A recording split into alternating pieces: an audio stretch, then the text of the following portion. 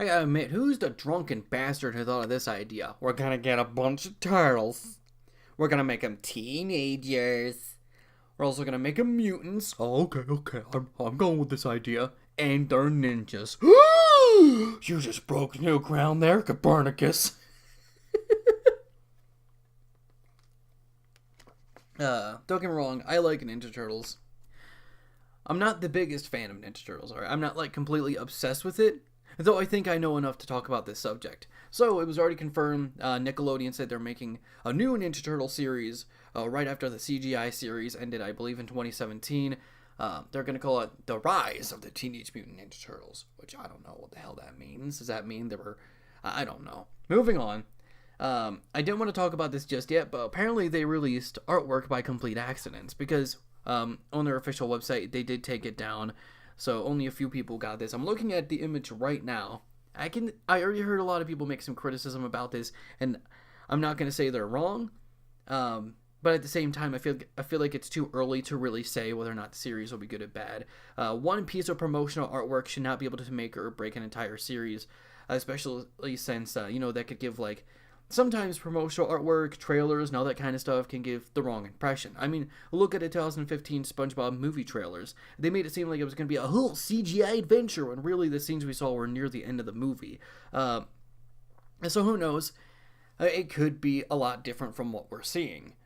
Just take this with a grain of salt, I guess. So what I'm seeing is that it's going to be 2D animated this time around. Instantly, the style sticks out to me. I love this style. It's a bit more on a sort of realistic side, but still exaggerated in some ways, which is something that I like. Recently, we've been seeing a lot of cartoony series. There aren't that many action series that still kind of keep the realistic feel around. So I'm glad that we have this series, even though it technically wouldn't be doing anything new if it was made in the early 2000s, because it's being made today where we have like a sea of comedies. I can appreciate them doing something a little differently. I see some thick lines in there. Already like that because I love thick lines, and we haven't had thick lines in shows for a while. It's mainly just been thin, curvy, bouncy lines with hyper bright colors. And don't get me wrong, there's still some hyper bright colors here. Michelangelo's fucking yo-yo dodgeball, I don't know what that is, has some really bright yellow. I don't know what's going on with the aura surrounding them. I'll talk about that later, though. Overall, I like the style. I also like how they're drawing the turtles differently. Raphael, who's the main focus here, is bigger and bulkier, like he's more Hulk-shaped. Leonardo and Michelangelo are similar sizes. They're more thinner, but taller. And it looks like Donatello is very similar, but I have no idea what's going on in this picture, and I have no idea what April is doing to his poor head. Leave him alone.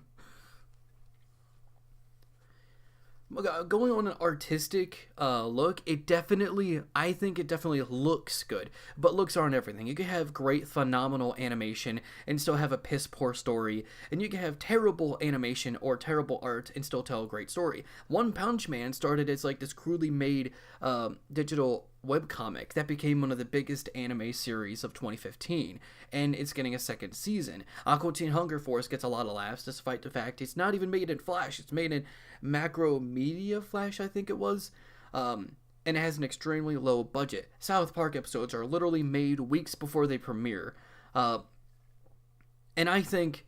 So, of course, I feel like, I've always felt like this, that story should be treated separate from art. Now, don't get me wrong, art is important. I'm not saying you can have a bunch of stick figures running around and tell a story as sad as the Titanic. That would just be silly.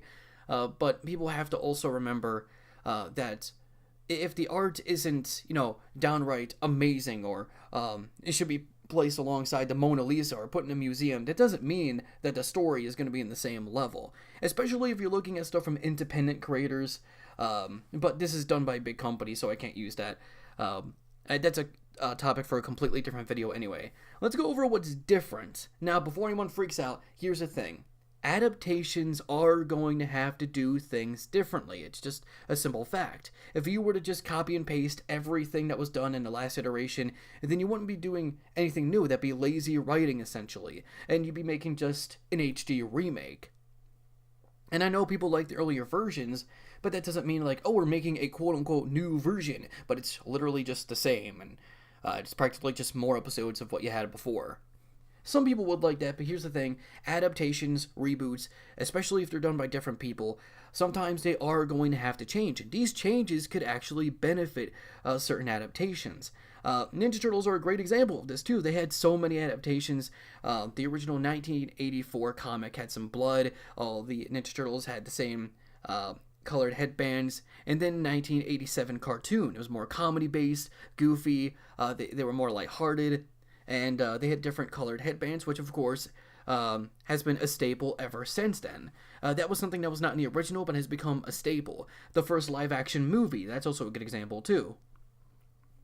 Jeez. I don't know what's going on in my mouth. It was at that point that Raphael's more lone wolf personality started to come into play. Jesus. So, of course, I think that's what makes this a lot, what was I going? Shit. Oh, yeah. Some changes, of course, aren't going to be as welcome, but that could actually benefit certain brands. Some of those traits have become permanent and staples and are still beloved to this day. So who knows, even if some people may not like the changes here, they could become more welcomed later on, or not. It could be like a change that's only in one certain adaptation and completely forgotten in the later ones. One change here that a lot of people have been talking about is that Raphael is now the leader instead of Leonardo. Now, that, of course, is a big change. It's bigger than just changing the color of their headbands. It's bigger than changing a character's personality ever so slightly. That is a huge change. I can understand why people are concerned, but I've always kind of liked Raphael as a character more than Leonardo. But the reason I liked Leonardo is because of the conflicts that he went through as leader, so I don't know what they're gonna do with that necessarily. But at the same time, who knows, it could be good, it could be bad. I don't know why there's a bandage on his front shell. I don't know what that's about. Is that just a part of his design? I hope not. That's a little distracting, actually. What's funny is that he doesn't have his size anymore. He has these baton things. I don't know what they're called, I'm sorry. And I know, like, a lot of people are also upset about that. It does kind of balance... Actually, no, it doesn't. I was going to say it balances out, like, the wooden weapons to the sword weapons, but then I remember Michelangelo had nunchucks beforehand, and now he has whatever this thing is. I'll talk about that later. Those weapons are used very similar to size, so they're not that different. But what I find interesting is that you can see on his belt, there's like a little badge that looks like a symbol of a sai. It looks like a sai in a circle. So I don't know, maybe it was like a recent change and they didn't change the design, or maybe like that was something from an older design they accidentally just put on there. So there's that. Now Michelangelo's weapon. He still looks like him, so that's good. He has like smiley faces on his knee pads. I kind of like that. He looks more wacky and eccentric. He always kind of was like that, but who knows, they might try to make it more exaggerated. They also have whatever this is. That looks like a tether ball on a nunchuck, so I don't know what that's going to be. Maybe it could be like nunchucks that he can turn into that thing. I don't know, transformable weapons. We do see April in this hovercraft thing that's attached to Donatello, so maybe that could be the case.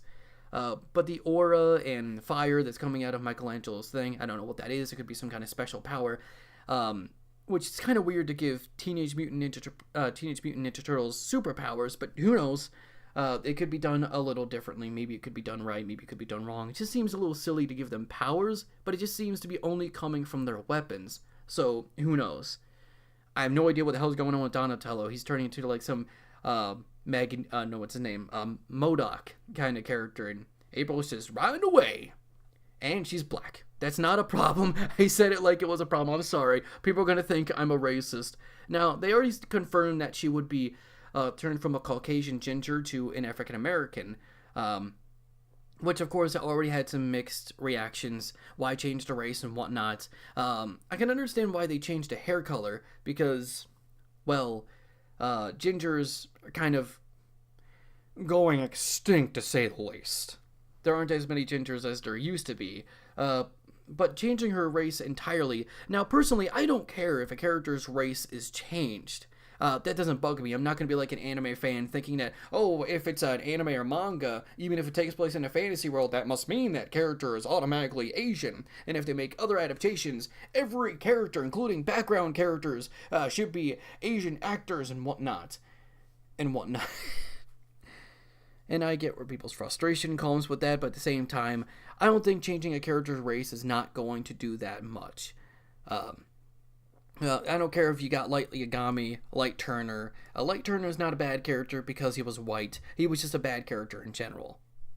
I can definitely see some interesting things going on here. The art style is definitely separate from animation, so, that could vary. It could be done really well drawn, but poorly animated. That's possible.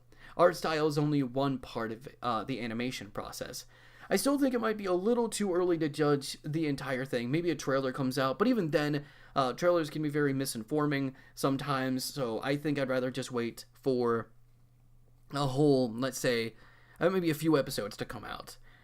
It could be good, it could be bad. I'd say just be optimistic for now, and be open to the changes that are being made, until it's proven that the changes actually hinder it. That is possible. Different isn't always good. But I will say this, different isn't always bad either. God, I gotta learn how to talk. So that being said, I don't really watch TV as much, but who knows, maybe I'll give this series a chance. Like I said, I'm not the biggest Ninja Turtle guru out there, but I do enjoy the series for what it is. I like unique concepts the most. So, with that being said, I hope you enjoyed my constant repeating of the word and move the fuck on. Oh, jeez, this was terrible.